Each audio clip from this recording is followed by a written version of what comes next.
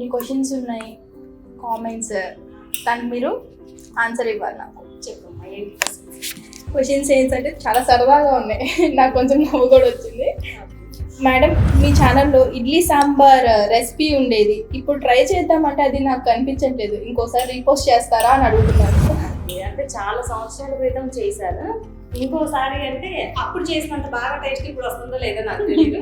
మళ్ళీ అంత బాగా ఇప్పుడు నేను వంట చేస్తే కనుక అప్లోడ్ చేస్తాను. Okay ma'am. ఇంకొక క్వశ్చన్, 44 సైజ్ బ్లౌజ్ని 34 సైజ్కి చేయడానికి కుదిరిద్దా అని అడుగుతున్నాను. సైజ్ అంత పెద్ద బ్లౌజ్ మీరు చిన్న సైజ్కి చేస్తే షేప్స్ అన్నీ మారిపోతాయి, అంతకంటే కొంచెం వెయిట్ పెరగడం చాలా easy. Okay ma'am. Cross cut బ్లౌజ్ని లైక్రా ఫ్యూజింగ్ యాడ్ చేస్తే లైక్రా కూడా క్రాస్లో కట్ చేయాలా అని అడుగుతున్నారు. బాగుంది సిద్ధి క్వశ్చన్.